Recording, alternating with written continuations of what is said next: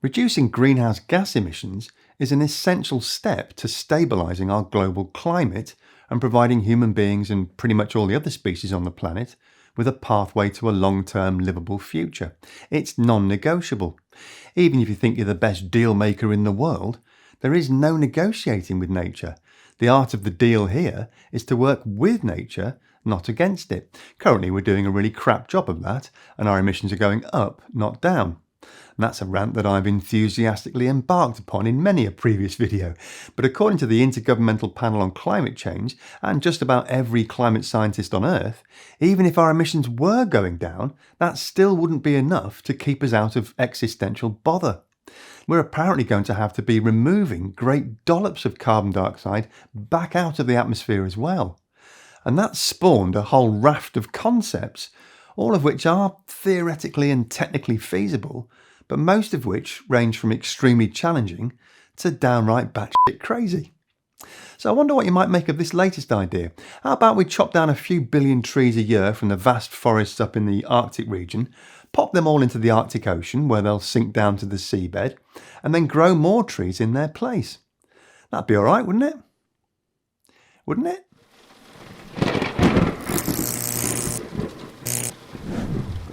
Hello, and welcome to Just Have a Think.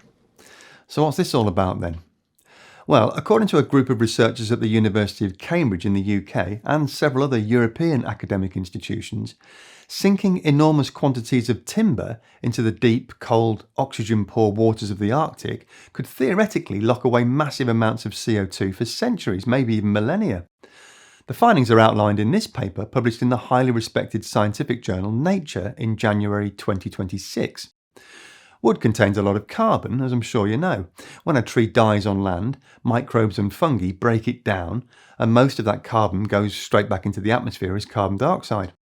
That process can take months or even years, and because new trees tend to grow in place of the dead trees, the carbon dioxide released by the dead trees is generally balanced out by the carbon being locked away in the timber structures of the new trees.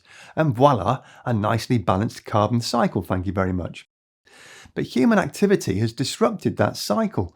There's reckoned to be as much as 1 trillion tonnes of carbon stored in wood, soils and peat in the boreal forests that stretch across northern Eurasia and North America. That number is actually projected to rise as global warming ironically accelerates plant growth in those northern climes. The trouble is, though, human-induced global warming is increasing the frequency and intensity of wildfires up there as well, which means unlike the nice, slow, balanced cycle I just mentioned, more and more carbon dioxide is being instantly released into the atmosphere, and that's not very helpful at all. I mean, it's mostly our fault, so we can't really complain, but it's still not helpful. If we could remove what the researchers refer to as carbon-rich and economically unimportant boreal conifer trees and replant them in a managed way, we could avoid many of those wildfires taking hold. Meanwhile, down in the deep Arctic Ocean, the water is extremely cold, very low in oxygen, very dark and very low in microbial activities. And because of those conditions, wood can decay incredibly slowly. Driftwood washed into the Arctic can apparently remain intact at the seabed for hundreds or even thousands of years. This paper's authors previously found that wood in alpine lakes that have very similar characteristics to Arctic waters had survived without rotting or releasing CO2 for up to 8,000 years, which is a bit mind-boggling. So the idea is basically to mimic and massively scale up a natural process that's already happening. According to Karl Stady of the Alfred Wegener Institute in Germany, interviewed in this New Scientist article, the 6 Arctic rivers export huge amounts of logs, with beached driftwood in their deltas holding 20 million tonnes of carbon or more. The modelling for this new research paper suggests that if 30,000 square kilometres could be logged along each Arctic river every year, probably in winter when timber could be piled on the river ice, and then replanted, that growth could absorb 1 billion tonnes of CO2 annually. Now, 30,000 square kilometres is an area roughly the size of Belgium, so this would be no small undertaking, but 1 billion tonnes is not nothing. It's about 2.5% of current global annual emissions. So although it's not going to save the world in its own right, it could quite significantly move the needle. If wood really does decompose extremely slowly down there in the icy depths of the Arctic Ocean, then we would genuinely be keeping the carbon in that wood out of the atmosphere for centuries or longer in an environment where it's very unlikely to be messed about with by other human beings. That actually gives the idea a better durability score than many land-based carbon removal methods.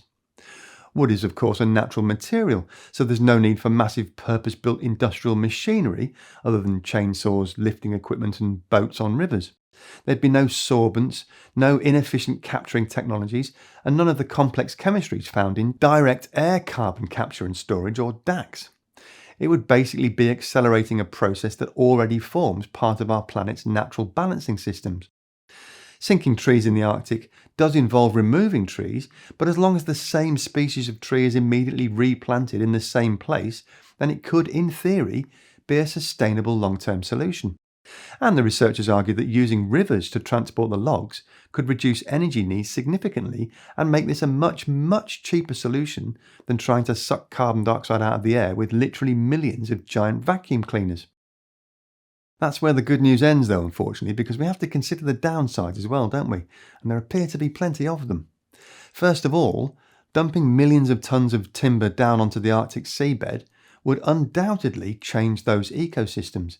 We're talking about altered sediment patterns, disruption of seabed habitats, oxygen depletion, and unknown impacts on the microbial communities that process organic matter. And this isn't some polluted coastal region either, it's the Arctic, one of the most fragile and least studied ecosystems on Earth.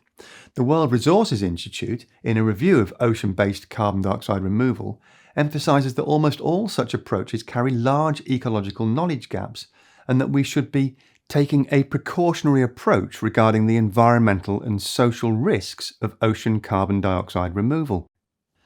One of the biggest questions is, does the carbon actually stay locked up? Even in the Arctic, some wood will eventually decompose, and when it does, the carbon might end up dissolved in the deep ocean waters or in microbial respiration, or in some cases even possibly emitted at the surface through upwelling. The paper's researchers do point out that the uncertainties here are large and require much more field data. We recognise significant issues must be evaluated carefully in developing and refining our concept, they explain, not least concerning land ownership by indigenous peoples, infrastructure and market value, topography, hydrology, accessibility, biodiversity and productivity of different harvest units in the boreal forest zone, as well as the species-specific sinking potential of driftwood under changing sea ice conditions and the locations of its final deposition in more or less anoxic parts of the Arctic Ocean floor.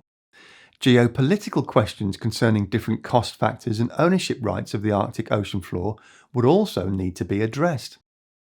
And of course, cutting and moving all that timber would emit carbon dioxide in its own right. Chainsaws and lifting equipment don't run on fresh air after all. Last but by no means least, there's a major risk that speculative carbon dioxide removal approaches like this get seized upon by fossil fuel interests as an excuse to delay emissions cuts. There's absolutely no point at all chopping down half the boreal forest with all the potential risks we've just looked at if we then use it as carte blanche to carry on burning more oil and gas. So will Arctic Ocean timber sinking at this sort of enormous scale ever happen? My guess would be probably not. But there is some value in research like this. It undoubtedly highlights the scale of the challenge we face, it deepens our understanding of carbon cycles, sharpens our thinking about risks, and forces us to confront the trade-offs that we're facing as a species as we stumble through the rest of the 21st century. The deeper question in all of this is, why are we even talking about geoengineering at all? The answer to that is pretty shameful. We've delayed real climate action for so long that we're now in a position where every pathway that limits warming to safe levels assumes a big chunk of future carbon removal. Geoengineering isn't a sign of scientific hubris, it's a sign of political failure. Some ideas that sound ridiculous today might end up being useful in ways we don't expect, I suppose. That is often how science works, of course. But geoengineering must never be seen as a substitute for reducing emissions. Every tonne of carbon dioxide that we don't emit in the first place is a tonne of CO2 that we don't have to trap at the bottom of the ocean using a giant underwater lumberyard. That's it for this week though. Thanks as always to the fabulous folks on the Just Have a Think Patreon platform who help me keep the lights on and keep ads and sponsorship messages out of all my videos. And an extra special thank you to the folks whose names are scrolling up the screen beside me here, all of whom celebrate an anniversary of Patreon support in February. And most importantly of all, thank you for watching to the end of the video. Even that makes a massive difference to the all-powerful YouTube algorithm. So have a great week, and remember to just have a think. See you next week.